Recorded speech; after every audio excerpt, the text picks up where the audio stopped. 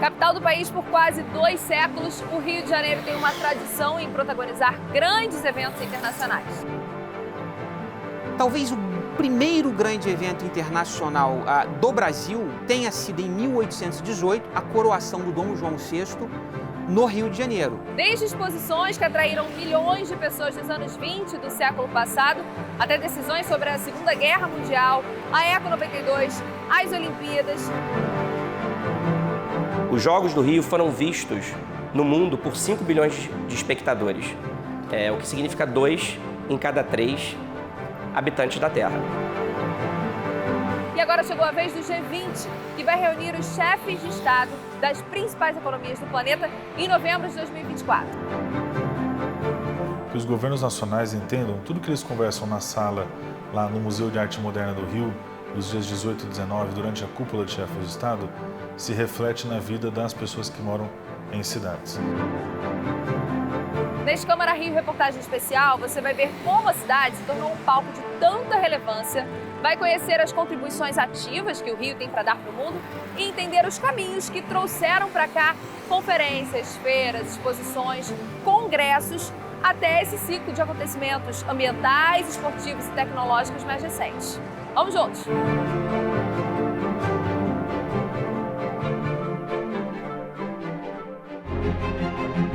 Capital, aquilo que tem grande importância, que é de relevo. Principal, relativo à cabeça.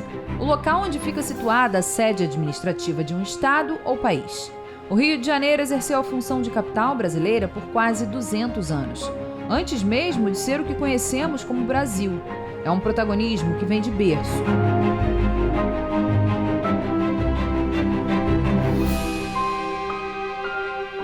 Eu costumo brincar dizendo que o Rio de Janeiro já nasceu importante, porque entre 1565 e 1567 foi cobiçado por portugueses e franceses. Acabou que Estácio de Sá consolida a vitória em 1567 e a cidade nasce dessa luta entre essas duas grandes potências e também emaranhado com interesses e com apoio de populações nativas que viviam aqui. A população nativa indígena já tinha um nome para a região, Guanabara, que significa seio de mar em Tupi-Guarani. Um espaço onde havia segurança, boa comida e água abundante. Então o Rio, ao longo do século XVI e XVII, vai ganhando gradualmente centralidade no comércio global, ao ponto de se brincar que o Rio era uma espécie de esquina para o comércio global. Então a cidade ela vai ter uma importância muito grande nos fluxos comerciais já a partir do final do século XVII, por exemplo, com a região do Prata, onde se saía a prata, sobretudo de Buenos Aires, que vinha do Alto Peru, mas também um comércio de africanos, uma parte nefasta na nossa história, sobretudo do que hoje é o Porto de Luanda, e também com um comércio do Oriente. Então muitos navios que vinham do que hoje é Índia e China paravam no Rio de Janeiro. Então o Rio ele vai ter ao longo do Brasil colonial uma centralidade internacional de fato ímpar, que as pessoas nem sempre lembram. Em 1763, o Rio passa a ser a capital do Vice-Reino do Brasil. Em 1808, se torna a capital do Império Lusitano, com territórios na África, Ásia e Europa, além da América. Em 1822, o Brasil se torna um império independente e o Rio continua a ser capital. A partir de 1889, se torna a capital da República. O Rio foi também a única cidade a ser palco da coroação de um monarca europeu fora do continente. Talvez o primeiro grande evento internacional do Brasil tenha sido em 1818, a coroação do Dom João VI no Rio de Janeiro. Veja, é o único caso na história de que um monarca europeu é coroado fora da Europa. E na prática ele vai se transformar a partir de 1815 em regente, em 1818 em rei de Portugal, Algarves e Brasil. Esse grande evento foi feito no que hoje é a Praça 15 e contou com a participação do corpo diplomático naquele momento, já que não havia avião, já que a navegação por navios era muito lenta, mas havia um corpo diplomático aqui instalado e a missão artística francesa vai fazer uma grande festa pela cidade que vai durar semanas para comemorar a coroação desse rei, que também não deixa de ser rei do Brasil. Ao longo da história, o Rio de Janeiro vem revelando um protagonismo que construiu no cenário nacional com vários eventos. Em 1908, uma grande exposição marcou os 100 anos da abertura dos portos, deixando como legado o bairro da Urca. Nesse evento surge a ideia de se fazer o teleférico do Pão de Açúcar, que se tornaria uma das maiores atrações turísticas do Brasil. A gente teve pavilhões que eram palácios, né, muito impressionantes, de arquitetura efêmera, que foram montados na região, né? Cada estado do Brasil tinha o seu palácio, lá o seu pavilhão, né, como chamavam, que buscavam mostrar as inovações que cada potência, né, econômica de cada estado tinha para dar, né, para contribuir para a nação.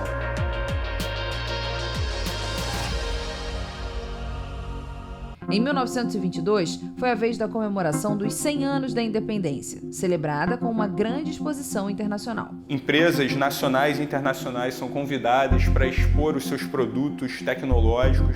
E se a gente for pensar, de alguma forma, essas grandes feiras eram antecessoras, né, de fóruns tecnológicos que ocorrem até hoje, como o Web Summit, que ocorreu há poucos anos aqui na cidade do Rio também.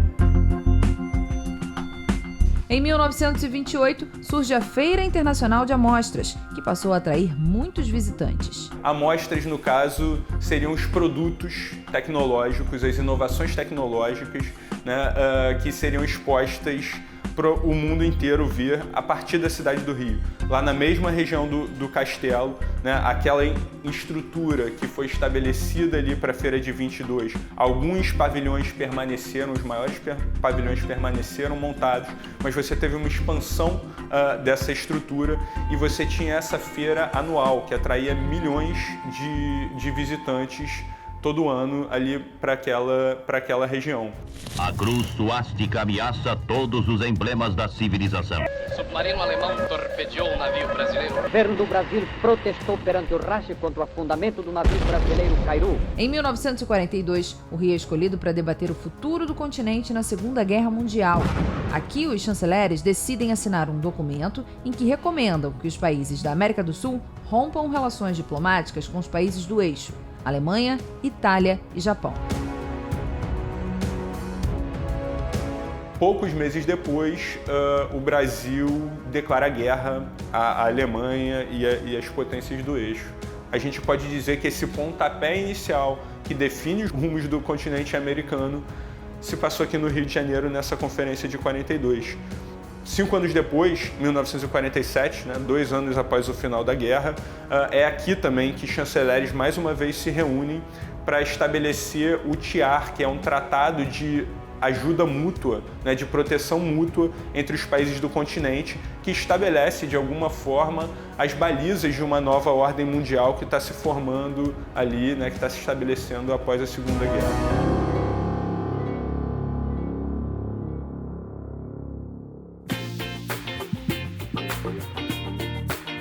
Já em 1967, no Museu de Arte Moderna, um outro encontro histórico, a reunião do Banco Mundial com o Fundo Monetário Internacional, o FMI. Esse evento, que foi um evento bastante simbólico para a cidade, ele vai abrir portas, ele vai ser bastante simbólico, porque em 1999 nós teremos um evento de cúpula, também no MAN, que foi a cimeira ou a cúpula da América Latina, do Caribe e da União Europeia.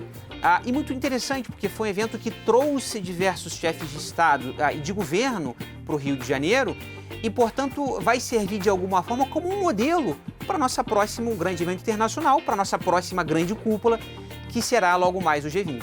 A lista de super eventos continuou ao longo dos séculos 20 e 21.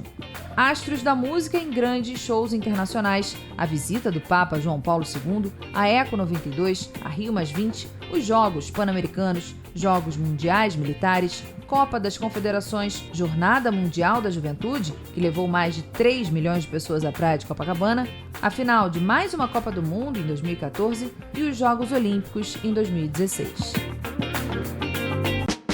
Os Jogos Olímpicos, eles trazem números muito superlativos, né? Assim, os Jogos Olímpicos, durante aquele período de quase um mês, o Rio se transforma na capital do mundo, né?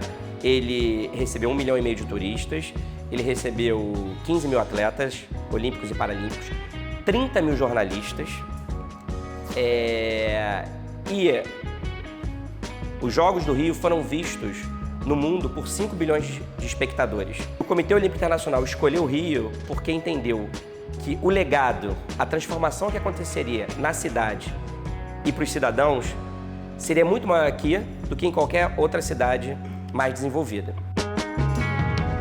O Rio, enquanto cidade olímpica, ele recebeu o mundo aqui, mas o Rio, enquanto cidade olímpica, continua sendo um ator a inspirar outras cidades.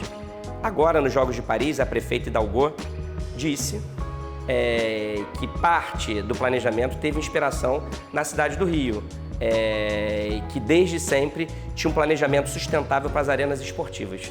Malu Ribeiro também destaca o legado dos eventos para as novas gerações. Ela é diretora de políticas públicas da SOS Mata Atlântica, uma ONG ambiental brasileira que atua na promoção de políticas para a conservação do bioma. Fundada em 1986, a organização participou ativamente da Eco 92. Para a ativista, o evento foi um marco. Essa agenda, se ela não tivesse começado lá nos anos 90, talvez nós estivéssemos hoje com muito mais problemas para essa adaptação, para essa emergência climática que a gente está vivendo. E veja, por exemplo, a questão da água, que é onde pega. As pessoas sentem o impacto das mudanças do clima, quer seja por secas extremas ou por temporais, como a gente vem enfrentando agora, enchentes. Isso afeta desde a nossa produção de alimentos até todas as atividades humanas, moradia, habitação, saúde. É normal arrumar a casa para receber visita. Isso no mundo inteiro, e no Rio não seria diferente. Os grandes encontros internacionais realizados na cidade serviram desde sempre como motivação para a inspiração e execução de projetos urbanísticos. Quando a gente tem um grande evento internacional, existe um legado tangível, um legado concreto, que são as transformações, as intervenções, as reformas urbanísticas que acontecem por causa daquele evento e ficam na cidade. Existe um legado intangível, simbólico, que é a visibilidade, a projeção externa que aquele evento faz com que aquela cidade tenha, em termos de capital simbólico mesmo. Então o Rio, ao querer sediar aqui o centro de mídia da Copa, ele fez com que os jornalistas do mundo todo viessem para cá e dessem visibilidade não só às partidas, mas aos ativos do Rio de Janeiro. As belezas naturais, o jeito carioca de ser e todos os seus outros ativos econômicos, culturais, ambientais. Plural e diverso, o Rio se adapta perfeitamente aos públicos que chegam à cidade em busca de inovação, tecnologia, consciência ambiental, debate político e econômico, mostrando sua capacidade de potência global. Para quem eventualmente pudesse pensar que a mudança da capital para Brasília viesse a esvaziar o Rio de Janeiro em importância histórica, a cidade maravilhosa vem provando e reafirmando sua vocação. Na prática, o Rio hoje é uma espécie de segundo Distrito Federal sem o devido reconhecimento, porque aqui no Rio de Janeiro é onde se realizam os grandes eventos internacionais. O Rio de Janeiro é uma espécie de vitrine e de vidraça, porque o que acontece para o bem e para o mal repercute nacionalmente. O Rio continua no imaginário nacional e internacional, personificando essa grande capitalidade nacional. No próximo bloco, você vai ver o Rio de Janeiro no mapa mundi das decisões globais. A cidade e a cúpula dos chefes de Estado das grandes economias mundiais. Não saia daí, o Câmara Rio Reportagem Especial volta já.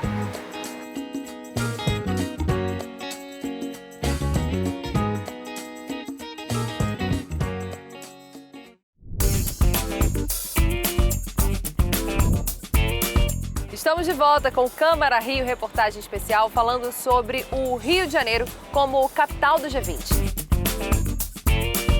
Nesse bloco, a gente vai ver os locais onde vão ser discutidos os temas do encontro que vão impactar o futuro do mundo e como a cidade se preparou para receber os líderes mais importantes do planeta. Olhos voltados para o Rio de Janeiro. Entre os dias 18 e 19 de novembro, os líderes das maiores economias do mundo vão estar reunidos aqui. Do encontro fazem parte 19 países, mais União Europeia e a União Africana. A Câmara Municipal criou uma comissão para acompanhar toda a preparação.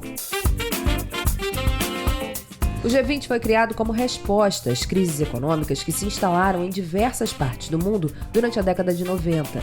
Inicialmente reunia ministros de finanças e presidentes de bancos centrais. A partir de 2008, o grupo passou a ser liderado por chefes de Estado e de governo. Neste ano, a agenda brasileira vai ser focada em temas socioeconômicos e ambientais. Combate à fome e redução da pobreza, reforma da governança global e o desenvolvimento sustentável, esses 3 pilares, para realmente evitar que os contextos de conflitos entre os países afetem uma agenda importante que precisa avançar no mundo, como, por exemplo, o combate à fome. O presidente do Comitê Rio G20 lembra ainda que 26 reuniões oficiais já foram realizadas para discutir temas diversos. Por exemplo, saúde. A reunião de saúde do G20 tratou de distribuição de vacinas, monitoramento e combate às pandemias, a gente sabe o impacto de uma pandemia no desenvolvimento e na pobreza. Antibióticos, a pesquisa de antibióticos no mundo parou, o financiamento parou, precisa ser retomado. Então, são muitos assuntos que são trazidos. Reunião de infraestrutura, a questão dos transportes, tratada também no G20. Como que os países vão criar uma governança global para melhorar, por exemplo, as regras da aviação, dos navios, ou seja, o G20 acabou tratando de todos os assuntos de interesse do desenvolvimento econômico, não só daqueles assuntos mais difíceis da pauta econômica, como, por exemplo, política fiscal, monetária, cambial. A presidência do G20 é rotativa. Isso significa que a cada ano o posto é assumido por um país. O Brasil está no comando desde novembro de 2023. Segundo a Prefeitura, 120 eventos paralelos acontecem em torno do G20 e, ao todo, serão movimentados 600 milhões de reais. A cúpula de chefes de Estado acontece no Museu de Arte Moderna do Rio, que teve seus jardins, projetados por Burle Marx, recuperados para sediar o evento, deixando também um legado imaterial para a cidade. Um legado de imagem internacional da cidade e de políticas públicas. Tudo aquilo que os países decidem afeta as cidades e é nas cidades que as pessoas cobram por BRT melhor, por mais VLT, por mais dinheiro para habitação. Um MAN renovado também ficará como um legado. Atração do Parque do Flamengo, o museu recebeu a EcoArte 92, quando o Rio foi sede da 2ª Conferência Mundial para o Meio Ambiente e Desenvolvimento. Rosália estava lá. Ela fazia parte de um grupo de ações ecológicas em comunidades, mulheres negras e meio ambiente, e participou da confecção do Tratado sobre Racismo. Aqui, ó, eliminar todas as formas de genocídio, extermínio de raças, de etnocídio, extermínio de culturas e o ecocídio, o extermínio do nosso meio ambiente, que são os efeitos extremos do racismo. 32 anos depois, a ativista e professora faz da luta contra o racismo ambiental a sua bandeira no G20 e afirma que a sociedade avançou muito pouco em relação ao tema. E eu acho que a gente vai ter que lutar mais. Eu um dia estava falando assim, nossa, eu comecei a fazer isso, assim, entrar organicamente nas instituições em 1979, Amigos Negros, Favela e Periferia. Eu tinha 19 anos, eu estou com 64 anos, e parece que eu só enxuguei gelo. Próximo do MAN e do aeroporto Santos Dumont, em 1992, foi inaugurado o Monumento à Paz Mundial, em formato de ampulheta, simbolizando a relevância da unidade entre todos os povos da Terra, principalmente em se tratando de desenvolvimento sustentável. Outros 2 eventos vão ser realizados aqui na cidade, tendo a cúpula dos chefes de Estado como um pano de fundo. Um deles é o G20 Social, que acontece pela primeira vez na história e vai reunir movimentos da sociedade civil global para debater temas relacionados ao combate à fome, às desigualdades sociais e às mudanças climáticas. Vai ser no Boulevard Olímpico. E o Urban 20, ou U20, que reúne os prefeitos das principais cidades do mundo no Pier Mauá.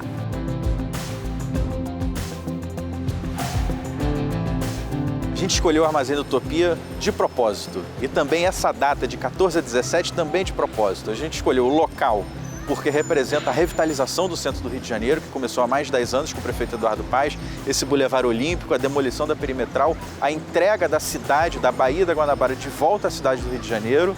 e a data de 14 a 17 porque 18 e 19 é a cúpula dos chefes de Estado.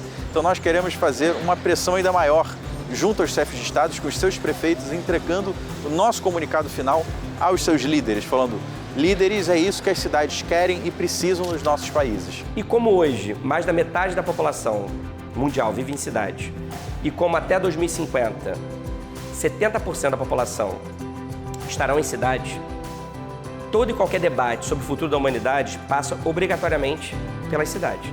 É nas cidades que as principais decisões vão ser tomadas e que vão interferir diretamente no futuro do planeta. Então, essa reunião, essa cúpula das cidades, que acontece imediatamente antes da cúpula dos países, e que os prefeitos vão produzir um documento que será entregue aos chefes de Estado, deixa claro como as cidades não só servem de espaço, de palco para eventos internacionais, mas como são agentes muito ativos também nesse debate global sobre o futuro da humanidade.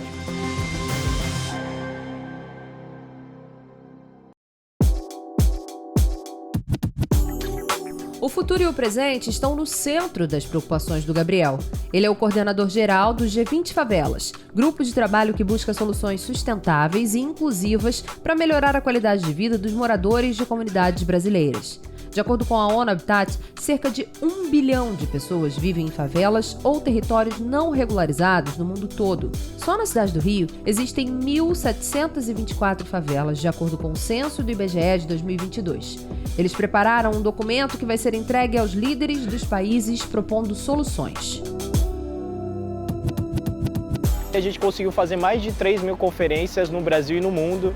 Passamos por todos os estados brasileiros, estivemos em 48 países diferentes para além do Brasil e a partir de todas essas discussões nós geramos um compilado que se tornou um documento, que é o nosso comuniquê, que vai ser apresentado dentro da cúpula social do G20 no dia 14. A gente lança o nosso comuniquê em parceria com a Unesco e em parceria com a London School Economic, justamente possibilitando que a voz da favela chegue no debate global. Isso tudo mostra a grande capacidade do Rio de Janeiro de sediar grandes eventos. Isso mostra a capacidade do Rio de Janeiro de conseguir receber milhares e milhares de turistas todos os anos, todos os meses para esses grandes eventos. E tudo isso, no final das contas, mostra que o Rio de Janeiro é capaz e projeta uma imagem para o mundo. Fala, o Rio de Janeiro pode, o Rio de Janeiro deve receber todas essas pessoas, porque o Rio de Janeiro recebe bem o seu turista. E turista foi o que não faltou. A cantora Madonna encerrou a turnê mundial em que comemorava seus 40 anos de carreira com uma apresentação gratuita na praia de Copacabana e reuniu 1.600.000 pessoas.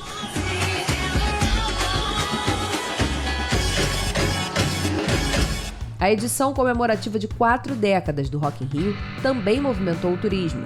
O festival atraiu cerca de 293 mil pessoas de fora do Rio e teve um público de 730 mil.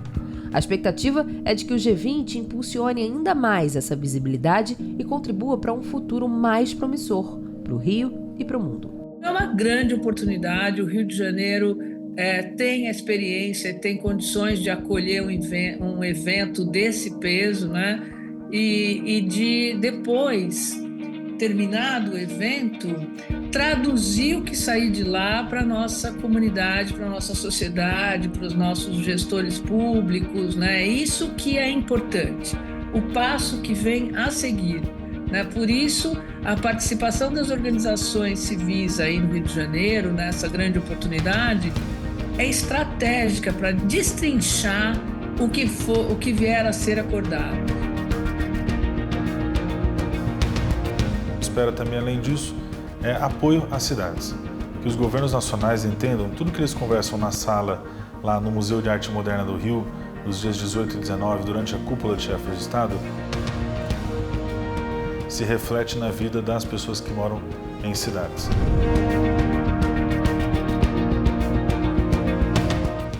Esse foi o Câmara Rio Reportagem Especial sobre o Rio, capital do G20. Você pode rever esse conteúdo e toda a nossa programação no canal da Rio TV Câmara no YouTube, além de acompanhar as novidades pela TV aberta, no canal 10.3. Muito obrigada pela companhia e até a próxima.